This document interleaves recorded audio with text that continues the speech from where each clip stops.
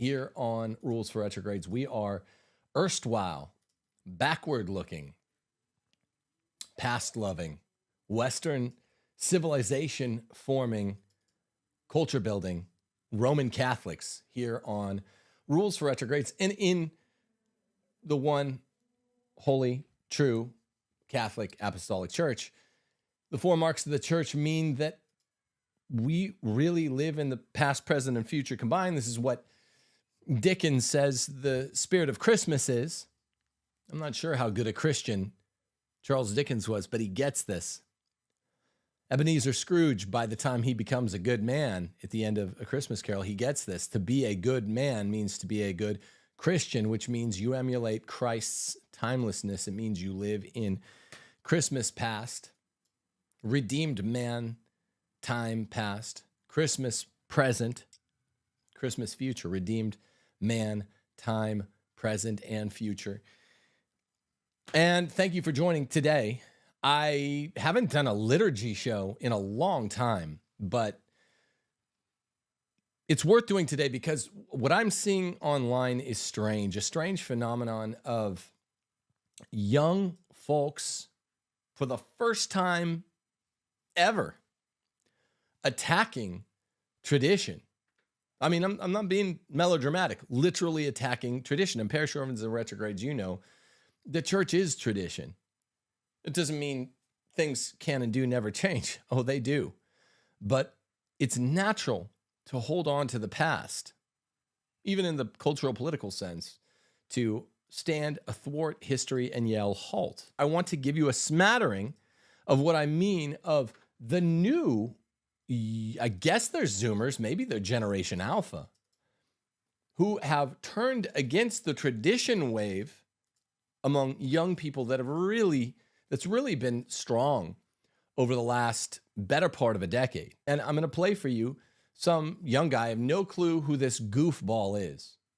Just saying, spitting, flexing falsity up and down this video. I believe the traditional Latin Mass is the Mass of the ages. Okay, let me get this out of the way really quick. There are many Catholics who actually believe that the Latin Mass goes back to the apostles. It doesn't. The Latin Mass doesn't go back to Peter and Paul. None of the liturgies that we have in the church, East and West, go back to the apostles. Not a single one. The Latin Mass. First off, yeah, people are asking, probably in their heads anyway, you know, did I slow it down to make this guy sound like the voice from the old Twix commercials in the early 90s? No, that is really the way this goof talks.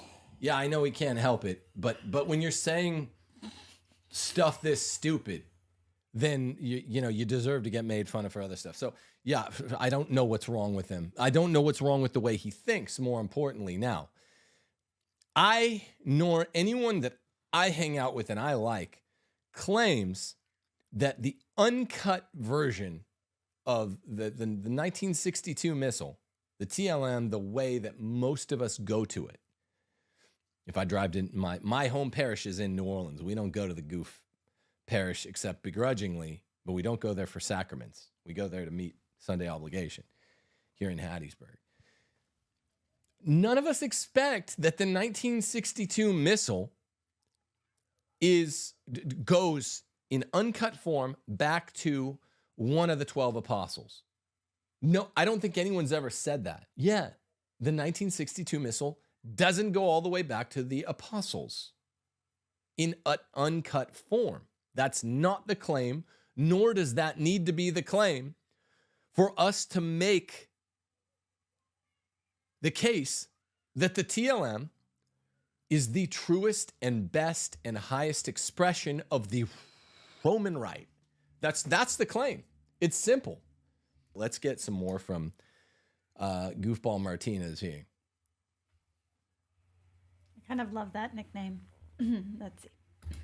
I can't listen to this voice.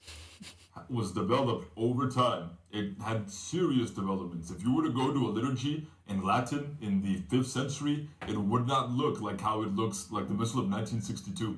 It's really funny. Everyone says the TLM, right? Which is a misnomer, by the way. The TLM is the Mass of the Ages. When they say TLM, they refer to the Missal of 1962. It came out in 1962. And before the missile of 1962, guess what we had? The missile of 1955. Okay, can we so pause? just 7 years before that, there was a prior missile, a prior Yeah. Okay. So if you didn't know that there was liturgical change, very, very minor stuff between 1955 and 1962, one in like 1941, I think. Before that, Pius X did some liturgical changes I don't think he really should have done. We all love Pius X, my onesie included here. He really reformed the breviary. I don't love that either, okay? But those were little tweaks. Those were tweaks. Now, if he says, you know what's funny? I mean, I can't. It's like Rocky Balboa without the heart. If he thinks that because little tweaks that were barely even appreciable between 1955 and 1962 count as violent, sudden reversals, butcherings, as what happened in 1969, then he ain't going to make it.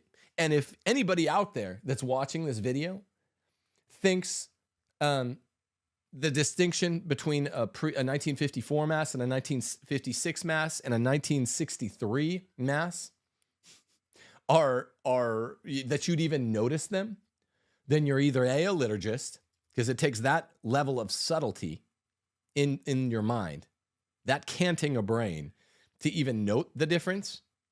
There's a very, very, very few, the changes. And if you think that that's equivalent to the Mass, the violent raping of the liturgy that was being released onto Christendom in the 1970s, then you're not going to make it. Okay, can we go back to this poor soul? It was used, and before that, there was the missile of 1940. And again, go back to the Council of Trent, and you actually read what the Council of Trent says about the liturgy. It actually doesn't look identical to the missile of 1962. So no, the missile of 1962 is not the Mass of the Ages, because when people say Mass of the Ages, they mean that it's actually the Mass that was celebrated by St. Peter and St. Paul. I'm sorry, but it wasn't. You don't know what you're talking about. You have fallen into this radical traditionalist propaganda. It's just not true. It's thanks to Bug Hall for the reminder. This is something I've heard that, again, not a liturgist, I would have forgotten. You guys know, in a logic debate, a jurisprudence debate, a metaphysics debate, call me, I'm your guy. Liturgy, I'm glad for pointers, and I do remember this. Bug Hall tweeted this to whatever his name is there, that parts of the canon of the Latin Rite liturgy were, as a matter of fact, written by St. Peter. Fact. He learned it from Christ. No part of the vulgar, I mean, yeah, I'm not trying to get into hurling mud, but no part of the Novus Ordo Missae were written by an apostle. And no part has come down. Bug Hall uses the O word. I hate it, and I can show people why they shouldn't use it. And no part has come down through the ages. He said, just stop. Thank you, Bug. Thank you. That's why it's called Mass of the Ages, by the way. Now, I don't think it's a sine qua non that it has to have come from St. Peter, but I've heard this time and time again. It did. Parts of it did. And they got rid of the parts that came from St. Peter. But now, I would argue, Bug and other fellow trads, it's still the Mass of the Ages, even if it was birthed in the 4th century. And we need to start arguing like it is. Reverence, solemnity, and sacredness are rich and beautiful. Oh, he says, so yes, we don't accept the Vatican II Council because of its ambiguity and rewriting of the core beliefs and teaching of the Catholic faith. Name one Catholic teaching that was rewritten at Vatican II. You can't name one because, again, every single teaching is found before Vatican II. So this person that's leaving this comment right here, you're not Catholic. I'm sorry, but you're just not. You are not Catholic because you reject Vatican II. And again, the Catholic Church teaches that. The Catholic Church before Vatican II teaches that you can't reject ecumenical councils. If you do, you're skewed. All right, so Mexican Rocky Balboa is done talking here. And we'll cut him off. And this is true. And I tweeted out, this is the one thing he said that's true. There are no theological errors in the documents of Vatican II, at least the three types of ecumenical council documents: declarations, decrees, and constitutions. And the big four, the four constitutions, no errors. There is what I call codified heteropraxy in several of the documents.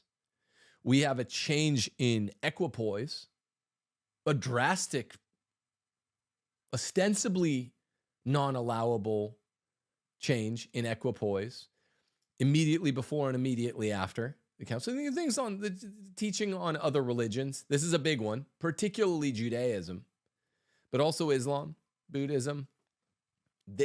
We get a radical countenancing of how other religions are spoken of that I think pretty reliably lead to the Abu Dhabi statement, where Francis is saying actual error.